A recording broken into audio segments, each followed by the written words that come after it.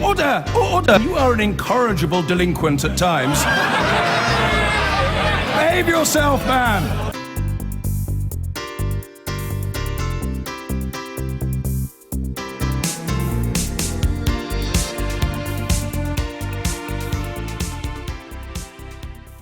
Are you one of those people who can't help poring over the medal table every few hours, taking delight in the fact that Britain is number 2 ahead of China, for the moment at least?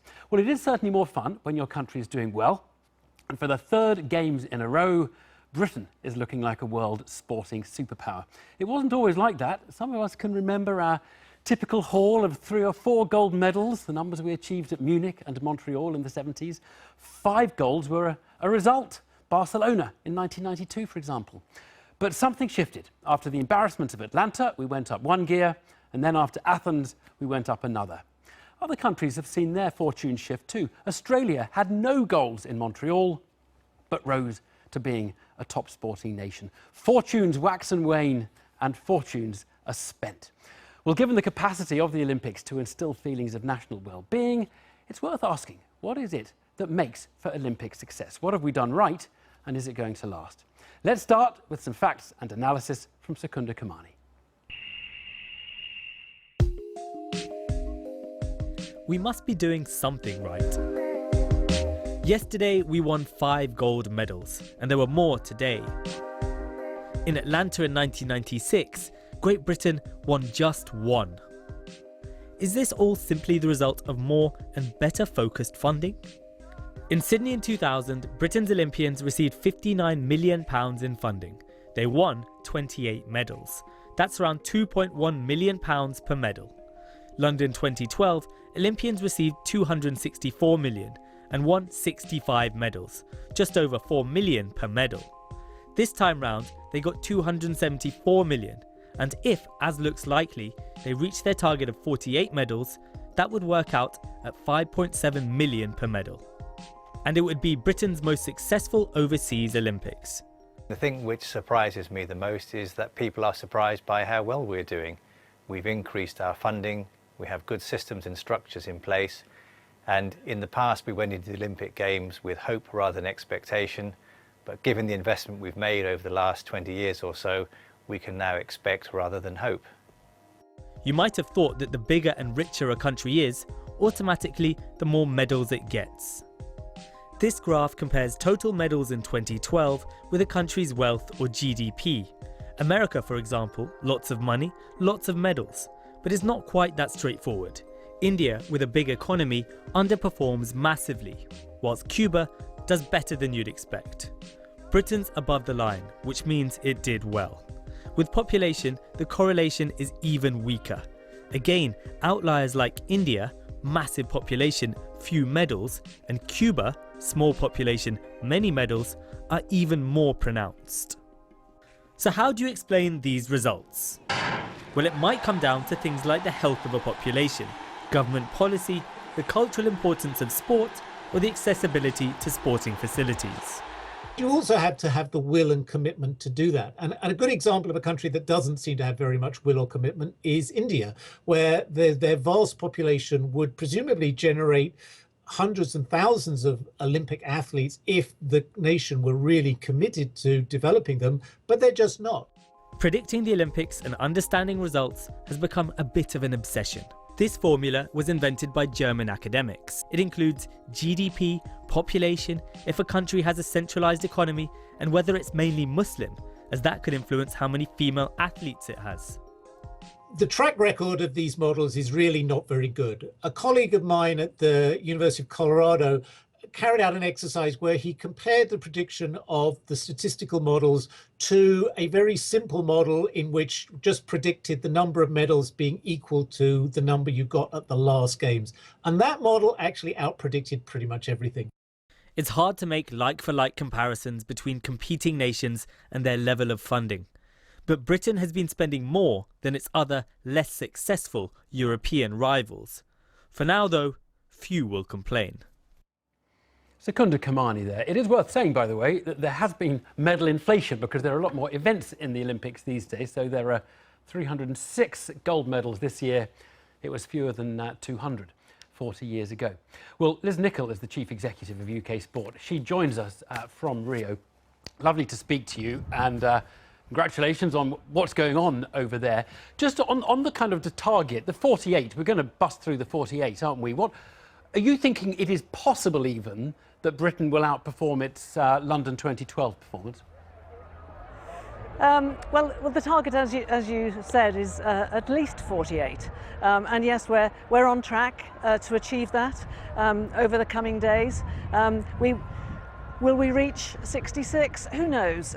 We know there's a good number of possible medal opportunities over the next week, and we'll just have to see where we get to. I mean, there's very little that is the space between a fourth and a third, and a second and a first, is minute. So we just have to see how it plays out here in Rio. Yeah. Okay. So look, it is costing us. I mean, depends how many medals we end up. It is costing us about £5 million of investment per medal, isn't it? Do you use those figures? Do you think about what it costs to get a swimming one and what it costs to get a hockey medal? I mean, is that the kind of way you work this out, your funding allocation? The way we work it out is to actually identify the athletes that have the potential to deliver medals in the Olympic Games environment, and then the sport develops a strategy, and we call that a what it takes to win strategy, that it submits to us at UK Sport for review, and that will include what it takes to actually surround an athlete with world-class coaching, sports science, sports medicine, training, competition opportunities, and research and innovation where it's appropriate, and then alongside that strategy, as you would have it in any business strategy, we have a what it costs to win assessment. And so every sport has its unique features, and so we actually look at each sport, and we've actually done an awful lot of work already in advance of Rio to prepare for our big Tokyo investments in December. But what's interesting is, my understanding was, which you haven't talked about, is that we have the most brutal system that the big countries do of punishing the sports that don't do very well and taking money away and giving more to the sports that are doing well, which a lot of people say is perverse because you're kind of taking money from the ones that perhaps need it. Is that a big part of it, the sort of punishment, carrot and stick? No, there is no punishment and there's no reward. What we do is invest national lottery funding in medal success. We will actually, our aim is to support every athlete that has medal potential in any of the Olympic sports that are competing at the Games. So it's a fair system that gives the opportunity to every athlete of equal talent. If they've got the talent to deliver a medal, we actually support them. So it's not, and we're always investing in future potential. So we're not punishing past performances if they weren't as successful as they should have been. We're investing in future potential of athletes. We've already invested significantly here in Rio, and our plan is now to invest again in the Tokyo success. I hadn't actually understood that, so I've learned something here.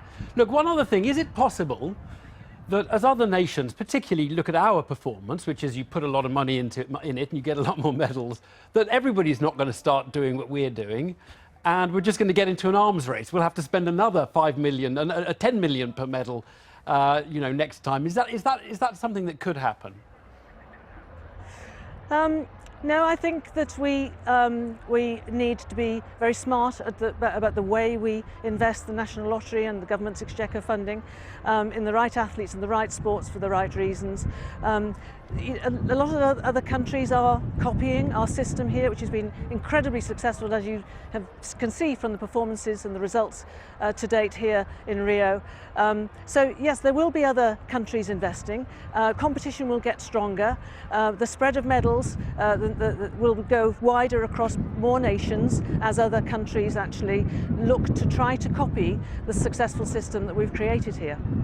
You know that there is a bit of a pattern to host nations, isn't there? They do pretty well in the Games before the one they actually host. They do fantastically well in the one they host. And then there's a depreciation effect. It begins to sort of tail off, the effect tails off. Are you confident we can buck that trend? Because we're obviously doing pretty well in Rio. Do you think we will have a similar target in Tokyo, that we might expect 50 or more medals in Tokyo? I'm confident that with the support of the National Lottery players, with the continued support of government, that we can deliver sustained success for with British athletes in the Olympic and Paralympic Games environment. I'm confident that that in fact, we can build on. I mean, you're right. Pre-home games, there's an uplift because there's a stronger strategic focus on trying to deliver something that will make the nation proud. We saw the impact of that in Beijing. We saw then the full benefit of it in London.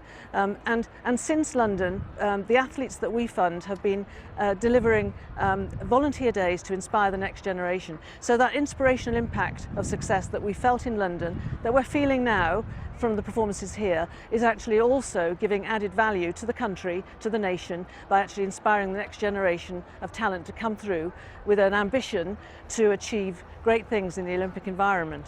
Let's hope so. Liz Nicholl, thank you very much indeed. Enjoy the evening there. I've been getting away with it all